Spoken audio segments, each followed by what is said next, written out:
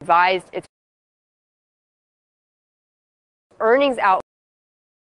Well, let's get some more perspective on this from Howard Davidowitz of Davidowitz and Associates, and he joins us by phone this morning. Howard, always a pleasure to have you on the program. What is going on with JCPenney? Is this just particular to this company, or is this an industry-wide thing? Betty Lou, this is systemic for the department store sector, the second weakest sector behind home furnishings. If you take all the department stores, if you look at a Gottschalk's, if you look at a Bonton, if you look at a Macy's, if you look at a Nordstrom, if you look at a Penny's, if you look at a Kohl's, they've all been weak across the board. They can't deliver value. They're high-cost operators. They have very big margins. The consumer has never had less liquidity. The consumer has never been under more pressure. The consumer is totally underwater. They've got the highest debt they've ever had, a negative value on their houses of $5 trillion, a terrible negative wealth effect. The consumer's getting scared, and what the consumer's going to start to do is actually start to save at a salary as opposed to save at a fake asset appreciation.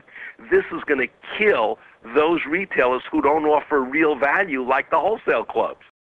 Howard, it's Julie Hyman here. I've been watching JCPenney as well this morning. In the statement, Myron Ullman says, you know what the Fed has done isn't going to help, at least not enough. We have had other folks, though, make more optimistic statements about the Fed's recent actions, and as well as the refund that folks are going to get in the mail come May. Why do you think that's not going to help more? Julie, it's an excellent question, and with the consumer underwater this much, it's going to help Walmart, Julie, that's for sure. Because Walmart is the biggest food seller in the United States, and they sell what you gotta have, as opposed to that optional apparel and home at Penny. So here we are, we're going to throw a bunch of checks out of helicopters. We're going to explode the deficit, guarantee a tax increase, have a debacle, and what the consumer is going to do is take those checks, pay down debt. When you look at the credit card companies, past due 20, 30 days, 60 days, 90 days, up 25%. The consumer knows, they're scared. They know they got to start paying down that debt. That's going to be their priority. They're not going to run into Penny's and buy another sweater.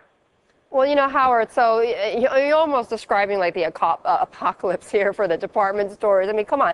Tell me, what are these guys going to have to do then? For those department stores, okay, who has the best chance? I would say Kohl's, because they're off the mall, not on the mall. They're convenient. They're also the lowest cost operator in the department store space. That's important. They operate at 10% lower cost than Macy's, so they can offer the customer a better deal. Those department stores that are efficient, those department stores like Neiman Marcus and Nordstrom who are appealing to the top end, I think they've got the best shot. Those department stores who are in the middle, I think we do have an apocalypse with the consumer.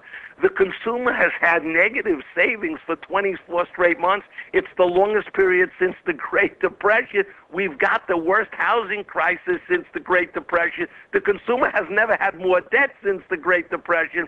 I think the consumer is seriously in trouble, and that's going to affect high-cost operators like department stores and many specialty stores. And we're going to see them sold off, bought up, what? Excuse me? We're going to see them sold off or bought up? Well, we're going to see 7,000 stores close in the United States. We've already had 2,500 store closings. The year just started. We're going to have stores closed everywhere in the home furnishing space and all kinds of space. Macy's has announced store closings, cost cuts, consolidations, everything. Will Gottschalk survive? Will Bonton survive? There's a lot of questions out there. There's a lot more closings and consolidations and cost cuts, people being laid off. Macy's announced 2,000 layoffs. Right. Home Depot, you're going to have a lot more layoffs, a lot more cost cuts, a lot more store closings. Everybody's going to have to reevaluate their business. All right, Howard, always a pleasure to have you on the program. Thank you so much. That was Howard Davidowitz of Davidowitz.